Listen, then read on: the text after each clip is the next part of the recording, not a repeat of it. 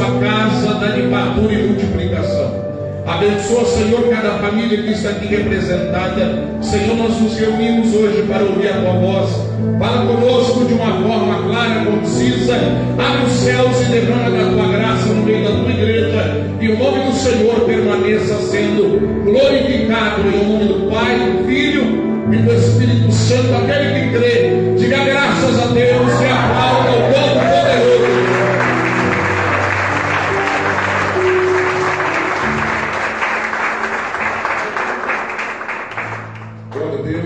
Saúde a todos no Shalom Marrema, quer dizer paz e prosperidade convosco. Vou estar mais uma vez nesta casa, junto com meu amigo, pastor André, sua esposa, obreiros, glória a Deus. E este homem foi um canal de bênção na minha vida. Faz 10 meses que eu estou morando em Passo Fundo, vim de São Paulo, e o pastor André foi um instrumento que Deus usou para abrir portas para o meu ministério. Hoje eu prego em muitas igrejas que o pastor André me indicou, e quem ele me indicou para outro, e assim foi. Glória a Deus. Eu sou muito grato a Deus pela sua vida, e você está diante de um profeta que abre portas. Quando eu dizia ao pastor André, mandou ligar para o Senhor, espaço para todos. Amém. Jesus vive, e nós estamos aqui para falar dele nessa noite. Abra as nossas Bíblias, a primeira epístola aos Coríntios, capítulo 1, versículo 21, 25 em diante. Glória a Deus. Louvado seja o nome do Senhor. Amém? Diz assim: porque a loucura de Deus é mais sábia do que os homens, e a fraqueza de Deus é mais forte do que os homens. Ora, irmãos, veja a vossa vocação, que não são muitos os sábios segundo a carne, nem muitos os poderosos, nem muitos nobres de nascimento que são chamados. Pois Deus escolheu as coisas loucas deste mundo para confundir as sábias. Deus escolheu as coisas fracas deste mundo para confundir as fortes. Deus escolheu as coisas vis e desprezíveis, aqueles que não são, para aniquilar aqueles que são. Só que dê essa palavra com a palavra de Deus, diga amém. Amém. Pode se assentar. Glória a Deus. Eu estou aqui para falar de Jesus e da ressurreição. Escute, lendo o versículo 25 principalmente, vamos focar no 25. A gente fica meio estarrecido porque Paulo, escrevendo na igreja de Coríntios, ele diz que a loucura de Deus é mais sábia do que os homens, e a fraqueza de Deus mais forte do que os homens. Embora que a loucura seja mais sábia, a fraqueza seja mais forte, mas a gente fica se questionando: teria em Deus algo que fosse loucura? Teria em Deus algo que fosse fraqueza? Meu Deus! Olhando para o Gênesis, para o princípio, eu vejo Deus que basta dizer: haja!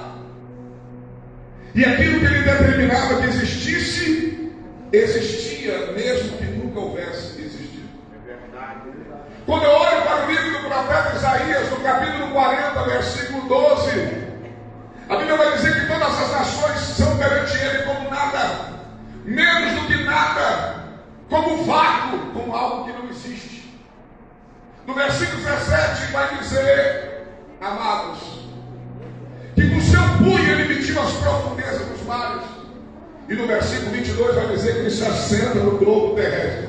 E quando ele olha para a terra, os moradores não passam de gafanhoto aos seus olhos, pelo tamanho da sua grandeza. Mas teria em Deus algo que fosse loucura ou fraqueza? Pois eu quero falar aqui, amados, sobre as manifestações da fraqueza e loucura de Deus. A primeira manifestação que eu quero falar aqui nessa noite, amados, foi o Cristo. Jesus foi a primeira manifestação da fraqueza e loucura de Deus. Se nós olharmos para a trajetória de Jesus, se fosse nós que fôssemos escolher que um filho amado, que um filho querido viesse a nascer em algum lugar, com certeza que nós iríamos escolher a melhor família. Pois a família que Deus escolhe para trazer o seu filho ao mundo é uma virgem pobre de Nazaré. E quem seria o seu padrasto? Um carpinteiro pobre de Nazaré. Quando eu olho para o nascimento de Jesus, amados, Jesus não nasce num palácio. Tanto que os magos, quando foram procurar Jesus, no capítulo 2 do Evangelho de Mateus, eles foram ao palácio. Chegaram para Herodes e disseram: onde está o rei dos judeus? Viemos adorá-lo. Mas ele não nasceu no palácio. Meu Deus. Nem nas estalagens, que seriam os hotéis hoje. Não havia lugar para ele. O que restou para ele foi a manjedoura. E isto não é uma manifestação da fraqueza e loucura de Deus. Meu Deus. Mas fica tranquilo, porque a fraqueza de Deus foi mais forte do que os homens, e a loucura de Deus foi mais sábia do que todos os homens. Amados, o Jesus que os poetas e pintores pintam é um Jesus loiro, moreno, olhos verdes, olhos azuis.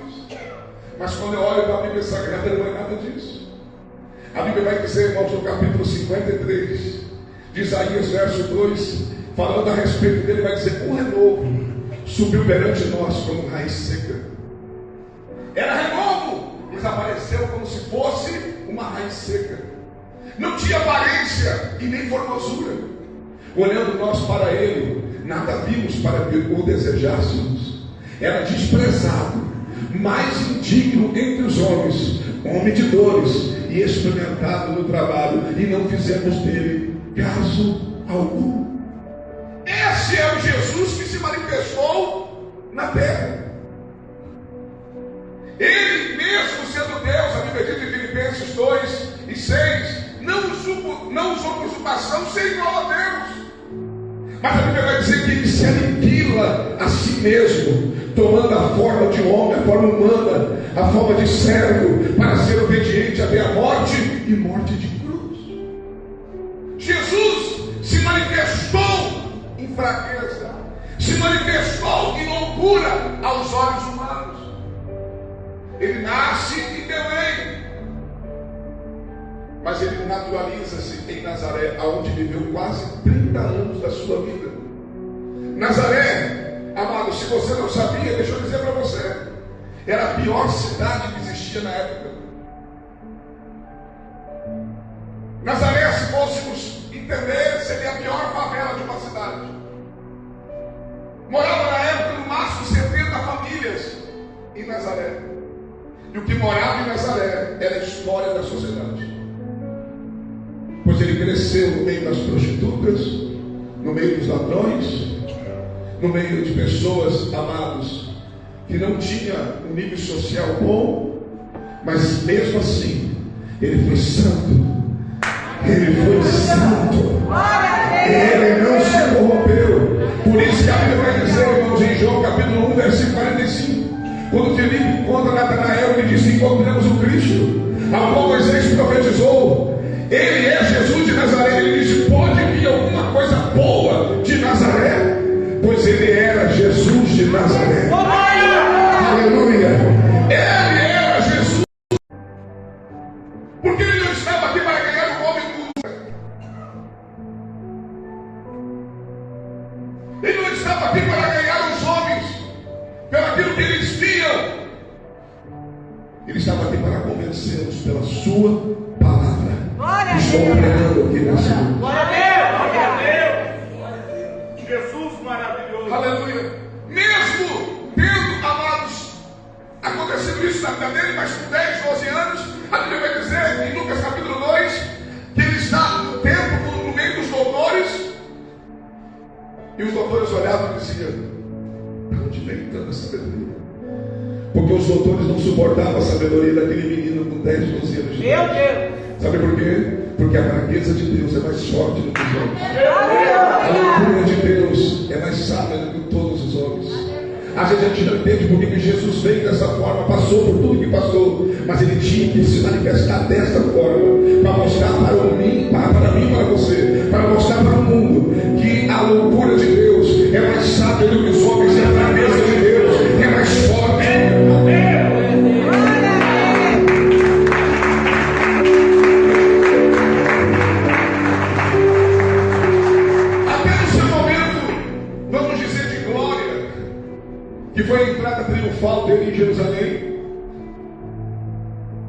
Quando os homens gritam Hosana, bendito que venha em nome do Senhor, Hosana nas alturas, eles escolhem para como?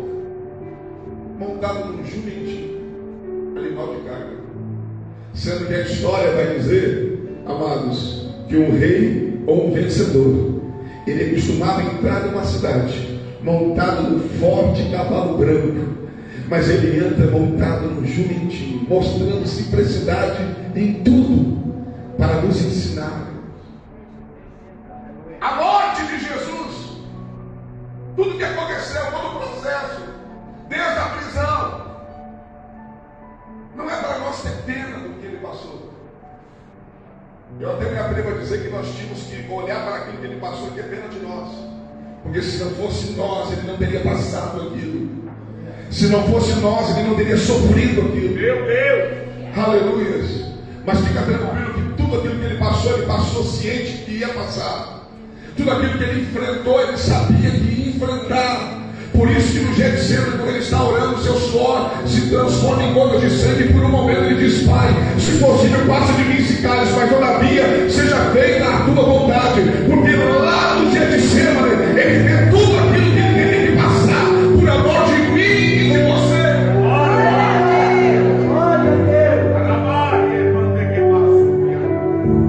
Aleluia. Mas eu quero que entenda que tudo que fizeram com ele permitiu isso acontecer. Em Mateus 26, 53, quando ele é preso, Pedro corta a orelha do soldado e diz: guarda a tua espada. Quem tu pensas que eu sou? Se eu quisesse, eu rogaria ao meu pai agora, e ele mandaria aqui 12 legiões de anjos para me salvar. Cada legião, segundo a legião romana, 6.000. 6 vezes 12, 72. Ele está dizendo: se eu quisesse, o meu pai mandava 72.000 anjos me salvar aqui agora. E se ele fizesse isso, seria o fim da humanidade. Porque um anjo, em 1 Reis 18:35, um anjo numa noite matou 185.000. Se descesse 72.000 anjos para salvá-lo, não sobraria um para contar a história. Ele morre, mas sabendo o que estava fazendo, estava entregando a sua vida. Mas ele disse em João 10 e 17 e 18: o Pai me ama, porque eu tenho o poder de dar a minha vida e de retomá-la novamente. Ninguém tira a minha vida, eu a dou, e eu a tomo de volta. Aleluia! A maior decepção da morte foi quando chegou na cruz para fazer o ato final, matar Jesus. Porque quando ela chega na cruz para fazer o ato final de matá-lo, ela não teve esse gosto, porque a morte não o matou. Ele decretou a hora que ia morrer. Se você ler Lucas 23, 46, ele vai dizer: Pai, nas tuas mãos eu entrego o meu espírito. Aleluia! A morte não mata ele, ele dá o seu espírito nas mãos do Pai e morre. Mas tudo que ele passou, a humilhação, preso, batido no seu rosto com punhadas. Punhada não é nada, irmãos, é punho fechado, é burro. Colocava uma pedra nos seus olhos e dizia: profetiza quem te bateu. Ele estava vendo tudo, mesmo com os olhos fechados, porque ele era homem, mas também era Deus. Mas como uma ovelha muda, ele estava seguindo o seu destino. Sabe por quê? Porque ele viu 2000 anos na frente, que nós estaremos hoje reunidos aqui no Ministério Santo para celebrar a sua ressurreição, para celebrar a sua vitória.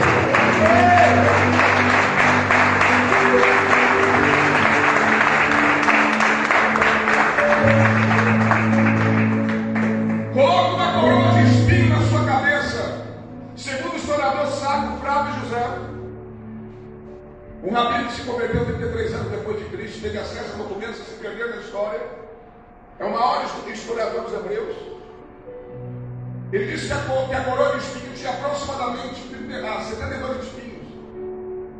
E cada espinho, a média de 2 polegadas e meia. E essa planta, esse espinho, é venenoso. Que quando fica na carne do ser humano, resulta numa febre de 40 graus. E com a coroa na cabeça, me espetando, machucando. Se não bastasse, eles pegam uma cana e começam a bater na sua cabeça, para que aquela coroa penetrasse mais ainda. Ele vai para o processo do chicote, 40 menos 1, 39 ações. O chicote romano era composto de 8 tiras. Cada tira 2 elementos: chumbo e osso seco de carneiro. O chumbo era para entrar na carne e o osso seco de carneiro para rasgá-la. E ele está passando tudo isso por amor a mim e a você. E ainda tem alguém que está dizendo que está esperando a sua hora de aceitar Jesus, está esperando o seu momento de se batizar. Meu amado, o seu momento foi Deus no dia que ele passou tudo isso. Ele apanhou para que você não apanhasse mais. Ele sofreu para que você não sofresse mais. Ele morreu para que eu e você tivéssemos vida e vida com abundância.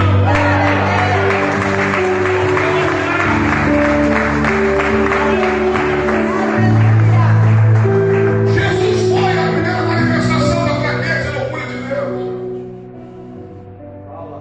Porque o próprio Deus estava ali. Jesus é Deus também. Segunda pessoa da Trindade. Passa tudo aquilo, podendo interromper a hora que quisesse.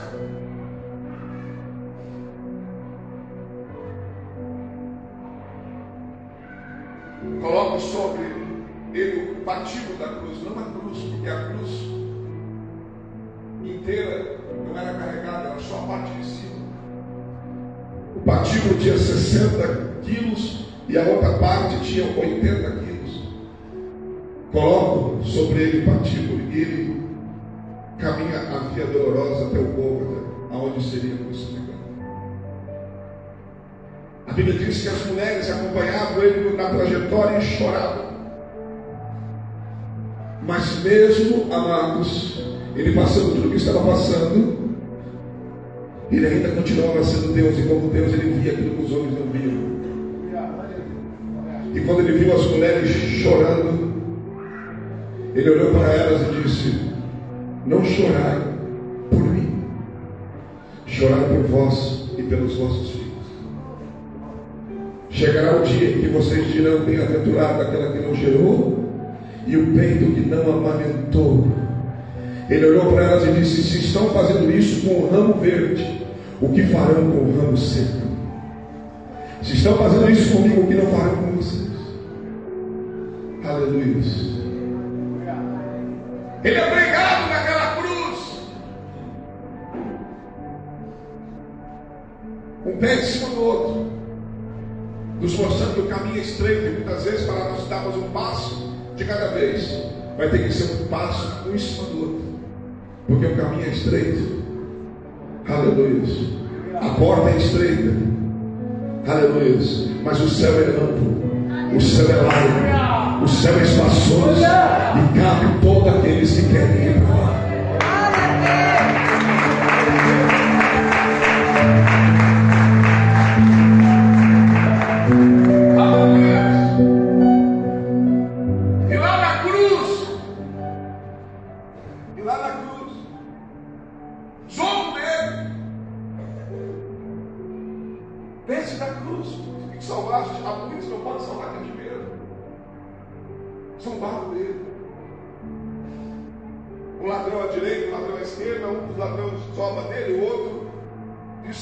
Repreende aquele que está zombando. E até na hora da cruz, ele ainda salva um dos ladrões. Quando um deles diz: lembra de mim, Senhor, quando entrares no teu reino. Ele diz: hoje mesmo estarás comigo. Para você fazer parte do reino é fácil assim. É só você querer e você faz parte do reino. Ele tem sede. Ele tem sede. Primeiro querem dar para ele, amados, vinho com fel, ele não aceita. Porque era tipo um anestésico. Ele não aceita. E por fim, eles pegam vinagre e colocam no isopo. Se você ler para ver o que é o isopo, irmãos, era usado nos banheiros públicos para fazer a higiene pessoal. Deixava dentro de uma fonte de água correndo. As pessoas faziam a necessidade, pegavam aquilo ali e se limpavam. Eles pegam isso e passam nos seus lábios. Ele está passando tudo isso. Aleluia. Porque amou a mim e a você. Aleluia. Porque amou a mim e a você. Aleluia. E por fim, como já disse, ele entrega o seu espírito e morre. Os discípulos, a princípio, não entenderam. Ficaram tristes. Fugiram. Achando que está tudo acabado. Estaria tudo acabado se ele não morresse. Porque ele tinha que morrer como um sacrifício perfeito, imaculado, pelos nossos pecados. O primeiro testamento, irmãos, o primeiro testamento foi feito com sangue dos animais, com a morte de animais. Mas o segundo testamento foi com o sangue do Filho de Deus.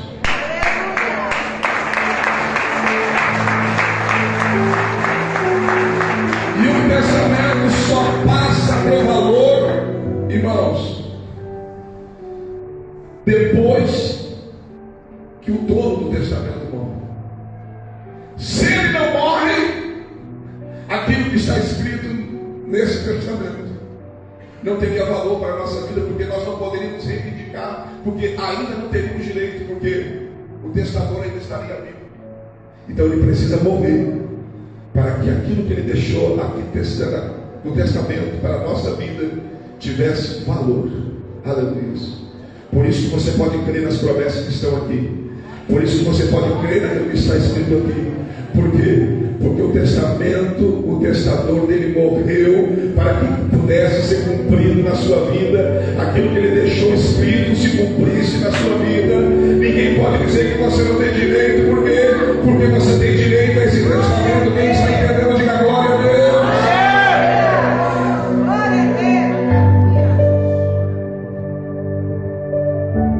Ele morre, muitos pensam que é o fim.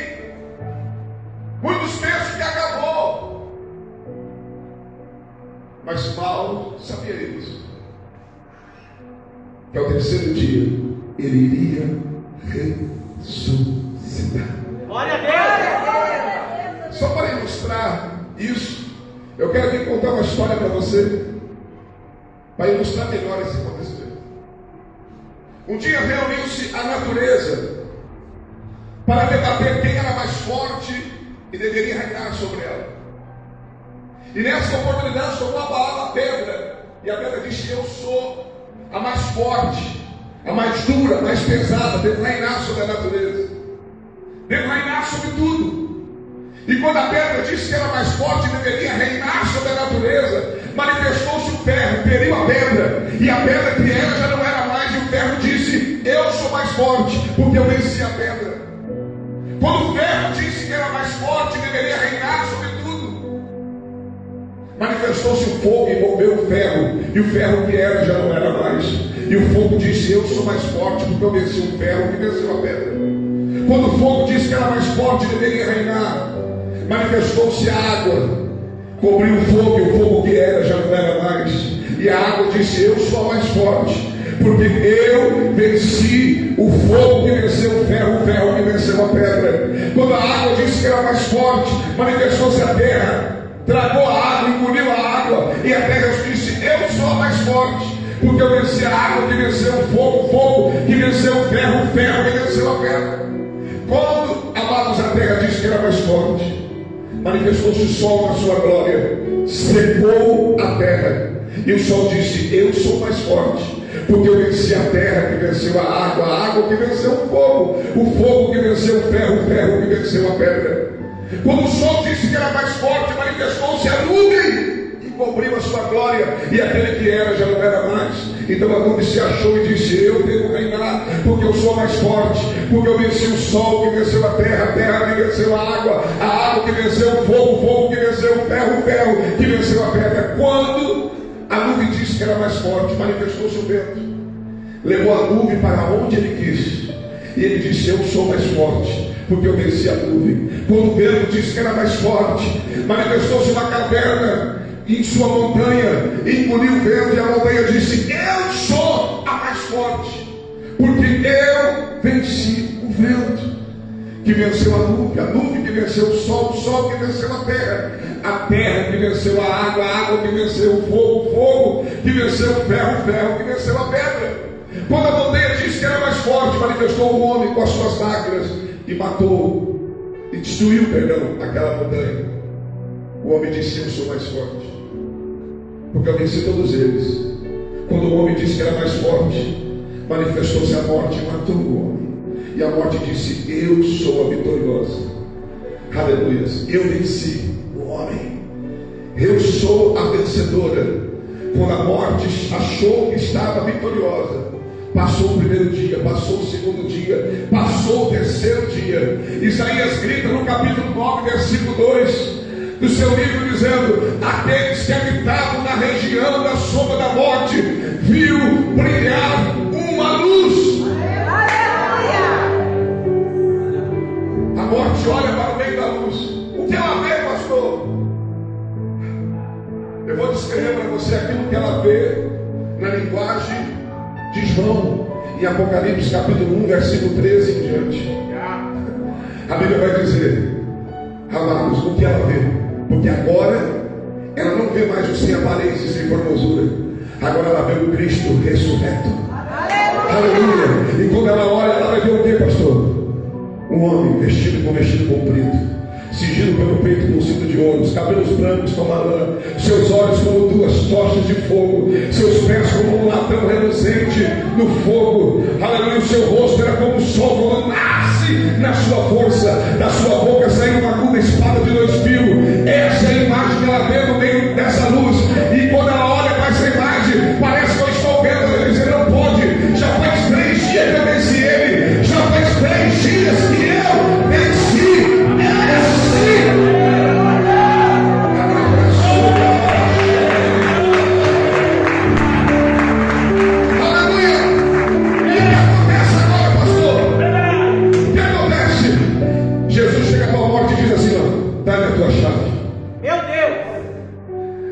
Aleluia, dá a tua chave, inferno, dá a tua chave.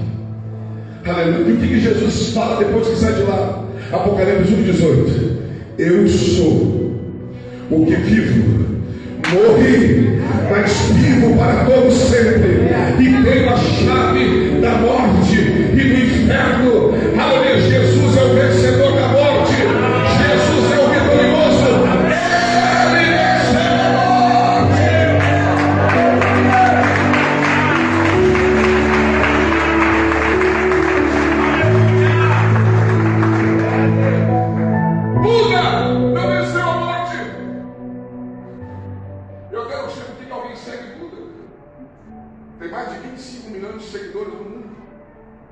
Antes da sua morte, as suas últimas palavras foram essas: procurei a verdade e não achei, procurei o caminho e não encontrei.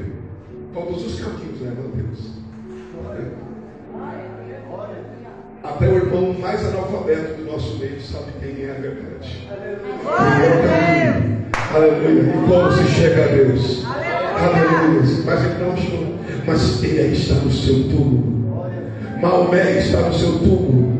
Os grandes homens que viveram sobre essa terra estão no seu túmulo. Mas o teu Cristo não está no túmulo. Se você for lá em Jerusalém, no túmulo do jardim, você vai encontrar um túmulo vazio. E na porta tem uma placa dizendo: Ele não está aqui, porque já ressuscitou.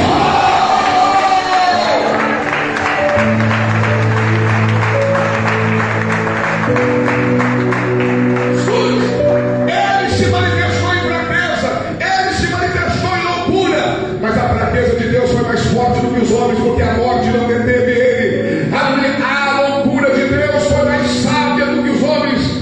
Aleluias. Mas escute, embora que ele tenha usado uma trajetória toda simples, toda ao contrário que talvez nós usássemos,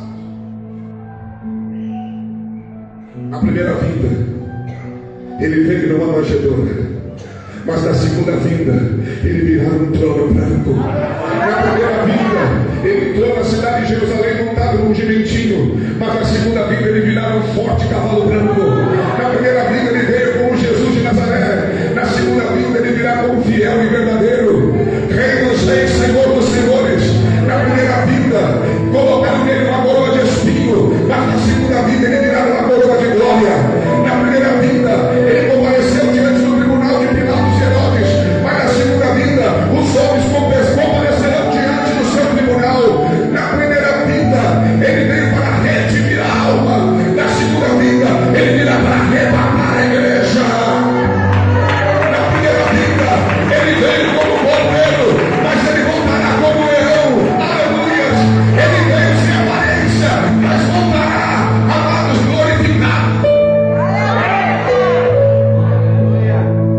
Na primeira vinda bateram nele com vara, na segunda vinda ele virá para reger as nações com vara de ferro. Aleluia. Glória a Deus. Ele está voltando. Ele está voltando. E porque ele ressuscitou, amados, porque ele ressuscitou, ele subiu em ascensão ao céu. João capítulo 14. Aleluia. Se eu for, eu voltarei outra vez para vós. Se eu for, eu voltarei outra vez para vós. Ele foi e ele voltará. Glória a Deus. Ele ressuscitou. Ele está vivo. Foi a primeira manifestação da fraqueza e loucura de Deus. A segunda manifestação da fraqueza e loucura de Deus foi a própria cruz. Porque era maldito. A Bíblia vai dizer em 1 Coríntios capítulo 1, versículo 3: é o poder de Deus para a salvação. Aleluia! Glória a Deus! Deus usa o instrumento maldito para trazer a salvação ao homem. Por muito tempo, a igreja teve um certo trauma com cruz. Lógico que a cruz com Cristo pregado é maldição, ele está lá ainda. Mas uma cruz vazia não. A cruz vazia simplesmente simboliza que alguém venceu ela e desceu dela e não está lá. Porque a cruz está vazia, o teu coração está cheio. Porque a cruz está vazia, tem um lugar para você no céu preparado. Porque a cruz está vazia, crê nele e tu e a tua casa será salvo. Porque a cruz está vazia, nós glorificamos.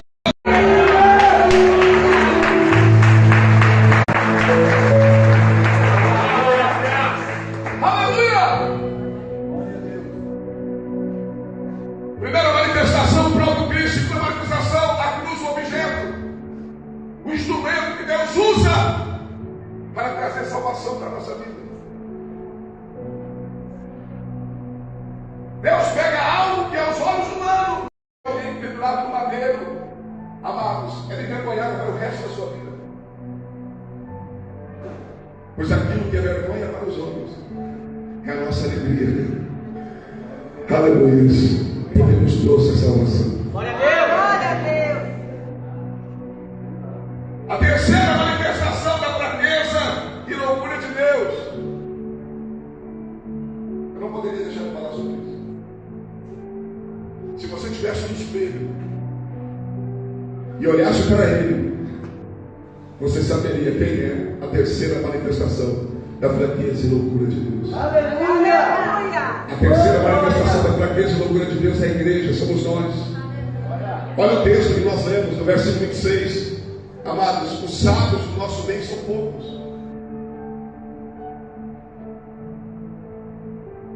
No meio dos apóstolos, a maioria deles, Atos 4 e 13, eram homens iletrados.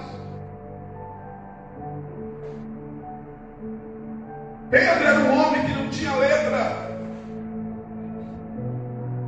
Mas quando abriu a sua boca, no dia de Pentecoste, aleluia, quando ele abriu a sua boca, quase 3.000 almas se renderam a Jesus. Aleluia. Sabe por quê? Porque Deus escolheu as coisas loucas desse mundo para confundir as sábias. Deus escolheu as coisas fracas desse mundo para confundir as fortes. Aleluia. Deus escolheu aqueles que não são para aniquilar aqueles que são. Eu estava pregando numa cidade, uma certa feita, amados, no estado de Minas Gerais, São Gonçalo do Sapucaí. E eu fui convidado para pregar no presídio da cidade.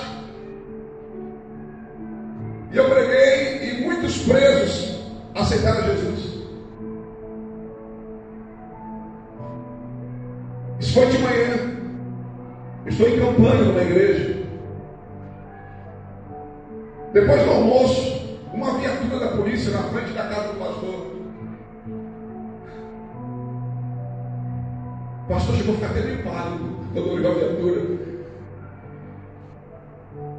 Quando ele atendeu, eu disse: eu vim aqui por causa do pastor que pregou no presídio hoje, pela manhã.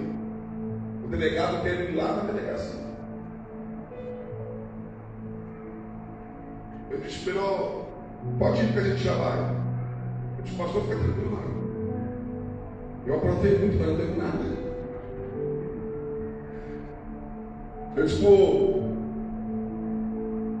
inspetor que foi lá disse: olha, nesse carro eu não vou ter um trauma nesse carro. Embora que eu não ia atrás, né? Eu era acostumado a ir atrás. Mas eu vou no carro do pastor, que nós já chegamos lá.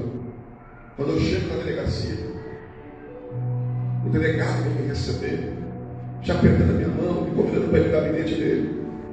Quando eu entro no gabinete dele, está uma mulher sentada lá. Ele me apresenta que é sua esposa. E eu disse: pois não, estou aqui para servi-lo. O que o senhor deseja? O senhor mandou me chamar? Estou aqui.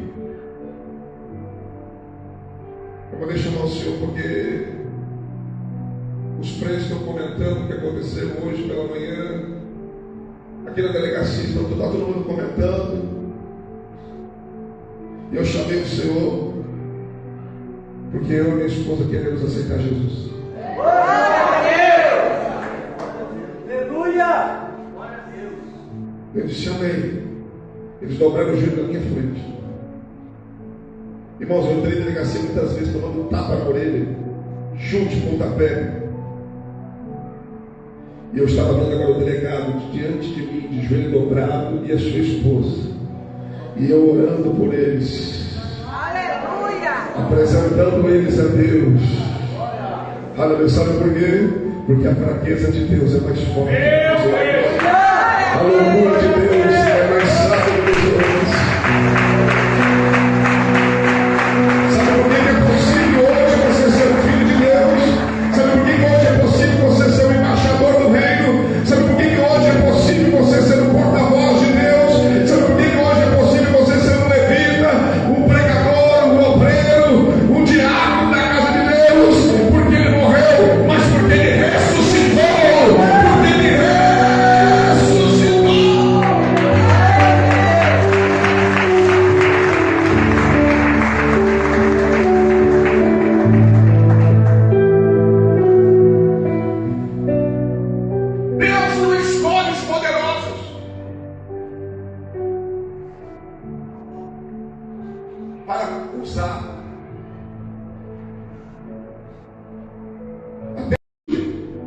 Mas já conheci gente pobre que é orgulhoso, soberbo. Mas a maioria são pessoas simples, que às vezes nem tem muito estudo, ou nem estudo. E Deus capacita. E Deus levanta. Tudo isso é possível. Porque Jesus morreu, mas ressuscitou. Aleluia. Porque Ele morreu e ressuscitou. Glória a Deus. Hoje nós podemos fazer as obras que Ele fez e podemos fazer maiores ainda. Aleluia. Ele deixou incumbido nós de darmos continuidade a esta obra.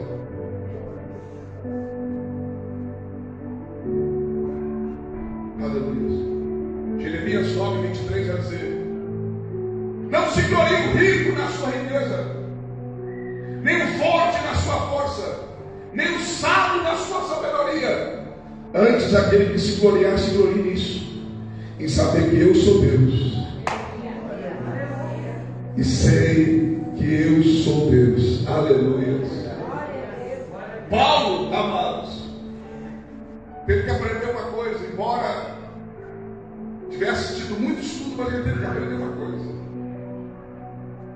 A Bíblia diz em 2 Coríntios 12, versículo 9 e 10, Deus falou para Paulo: a minha graça te basta, porque o meu poder se aperfeiçoa na fraqueza.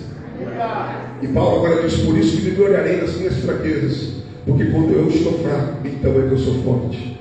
Como pode isso, pastor? É que quando você diz que não sabe, Deus diz: eu te ensino. Quando você diz eu não posso, Ele diz: eu te capacito. Aleluia. Está entendendo? Não depende das suas capacidades, não depende de quem você é, não depende de você, depende de Deus. Aleluia. Depende unicamente de Deus. Aleluia. Nós somos a terceira manifestação e última da fraqueza e loucura de Deus. Para encerrar, uma das coisas mais importantes que a morte de Jesus nos trouxe, ele revela isso no Evangelho de João, capítulo 16, versículo 6 em diante. Quando ele está dizendo que vai ter que morrer, que vai ter que voltar, os discípulos não querem. Jesus disse: se eu não for, o Consolador não virá. Eu tenho que ir para que o Consolador venha. Glória a Deus. Jesus morreu. Alguém me disse hoje, me mandou uma mensagem: por que ele teve que morrer? Por que ele não ficou vivo entre nós? Eu falei: se ele não morre, a palavra dele não tem valor nenhum. Se ele não morre, o nosso lugar não está garantido no céu. Se ele não vai, outro não vem. E era necessário que o Consolador viesse, porque Jesus disse que quando ele vier, ele vai convencer o homem do pecado, da justiça e do juízo. Ele é aquele que nos convence do nosso pecado, da justiça e do juízo que está por vir. Aleluia.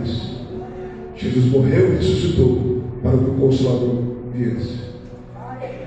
Deixa eu dizer uma coisa para você. Assim como a gente tem um processo que a gente passa por lutas e dificuldades como Jesus passou, assim como tem a paixão, e teve a paixão de Cristo, o sofrimento dele, há também a ressurreição. Não me entendi, pastor. Talvez você está passando por um processo difícil na sua vida, mas eu profetizo que haverá ressurreição na sua vida. Glória a Deus. Talvez você está passando por um processo difícil na sua vida de saúde, mas eu profetizo uma ressurreição na sua vida de saúde. Talvez você está passando por um processo difícil no seu casamento, eu profetizo a ressurreição do seu casamento hoje. Talvez você está passando por um processo difícil na sua vida financeira, eu profetizo a ressurreição na sua vida financeira. Hoje, tudo pode ressuscitar na sua vida, porque Ele ressuscitou.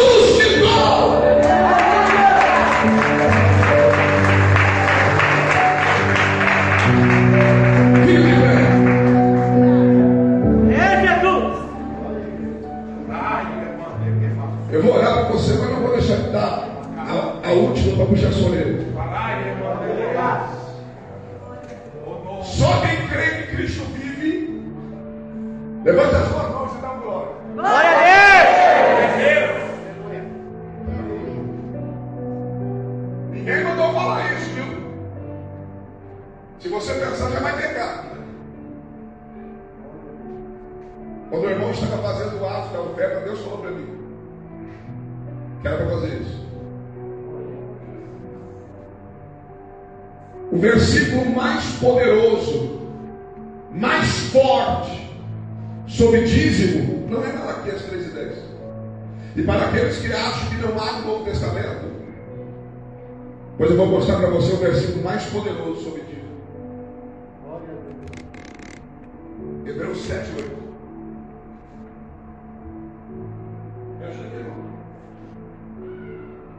Ó, faz de conta que você tem meu dízimo. Hebreus 7:8. A Bíblia vai dizer: aqui se entrega dízimo a homens que morrem. Quem recebe o dízimo são homens mortais. Pode ler na tua Bíblia depois.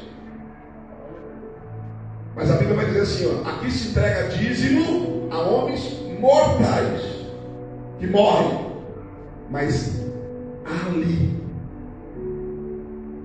recebe aquele que nós testificamos que vive. Glória a Deus! Olha para mim, vai entender. Eu entrego para. Aleluia! Tem gente que acha que dízimo é só material. Não, irmãos. Ele é material aqui, mas ele é recebido espiritualmente. Meu Deus! E sabe o que é pior? Eu digo pior porque a gente se condena. A Bíblia diz assim, ó: ali recebe aquele que nós testificamos que vive. Quer que eu interprete para você? A Bíblia está dizendo: se você diz que ele vive, porque não dá para ele. Meu Deus! A Bíblia está cobrando de você. Está dizendo: ali recebe aquele que você, não é que eu, é que você testifica que vive. Se eu creio que ele vive, por que eu não dou para ele então? É forte, Jesus. Estou te falando para você. Ninguém é obrigado a fazer nada. Eu estou aqui como porta-voz de Deus. Tem profeta nessa casa, mas hoje eu sou profeta. Glória a Deus! Se você quer que a sua vida mude, se você quer viver a ressurreição de Cristo em glória na sua vida, se você não é dizimista, não saia daqui hoje sem pegar o seu envelope do dízimo. Meu Deus! Olha só, está aqui, ó, do meu lado aqui. Se não tiver, pede também para quem é de direito. Escute o que eu estou dizendo para você: ninguém mandou fazer isso. Só que nós temos que ouvir a voz de Deus, que às vezes são coisas. A gente quer a bênção. Vamos lá, Jesus vive. Hoje é dia de celebrar a ressurreição. Você testifica. Não tem dízimo no Velho Testamento. Como que não tem? Você contar Mateus 23:3, também que Jesus fala que eles deveriam dar o dízimo, da hortelã, do coentro, mas também exercer misericórdia, ou seja, fazer uma coisa e fazer a outra também. Ele vive. Mas por que você não está vivendo? Meu Deus! Eu vou repetir hoje. Me perdoa por eu ter que falar isso para você. Mas eu não posso sair daqui sem dizer para você. Se ele vive, por que você não está vivendo? Não está vivendo as promessas, não está vivendo os milagres, não está vivendo a prosperidade, não está vivendo a bênção.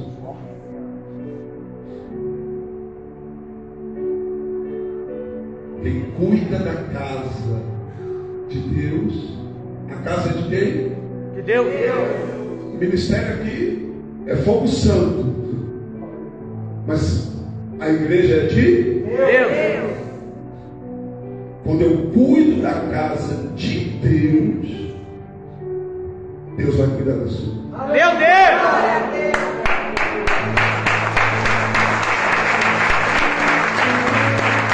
Eu vou ensinar agora. Olha para mim. Quando eu cuido da casa de Deus, Deus vai cuidar da minha. A casa de Deus cuida de pessoas. Deus vai cuidar das pessoas que moram na tua casa. E eu vou falar mais uma vez. Se você não é dizimista, tem um trabalho, até se não tem, se você pegar o envelope hoje, se eu sou profeta de Deus, vai abrir a porta para você, ainda por esses dias. Agora, se você não cumprir, vai fechar de novo, e vai demorar para abrir de novo. E se você tem uma porta de emprego, não está sendo dizimista, você vai pegar o envelope. Só que você pegar o envelope, o devorador já vai sair, já vai te dar um respiro para você poder, amados, se levantar. Deus vai mudar a tua sorte. Você vai viver todas as promessas que estão contidas nesse livro. Você vai viver. Feche seus olhos agora. Eu vou orar. Quando eu acabar de orar, você pode sair do seu lugar e vir pegar o envelope aqui na frente. Ninguém mandou fazer isso. Ninguém na terra. Mas o céu me mandou. Glória a Deus! Eu vou repetir. Ninguém me mandou aqui na terra. Mas o céu me mandou.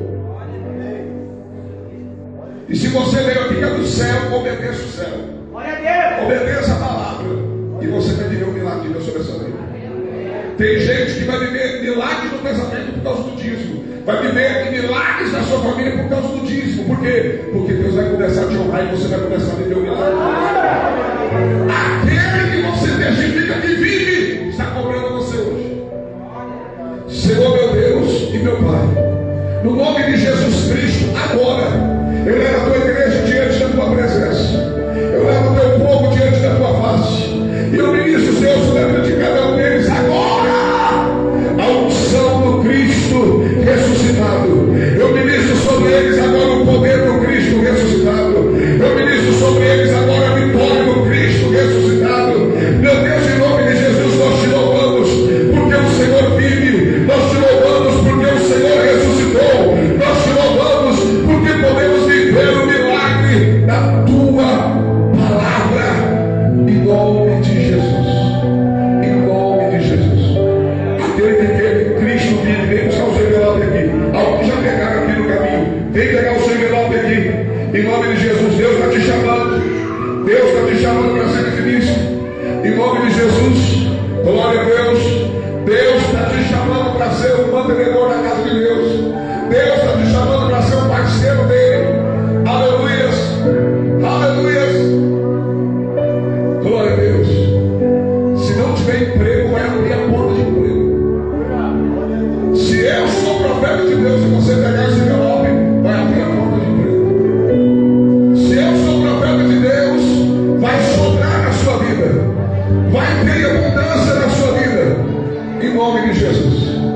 Em nome de Jesus. Em nome de Jesus. Glória a Deus. Glória a Deus. Glória a Deus. Glória a Deus.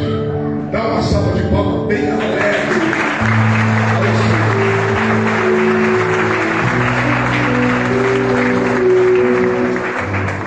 Se crê que Ele vive, cumpre o teu propósito. Amém? Amados, eu quero agradecer a minha oportunidade.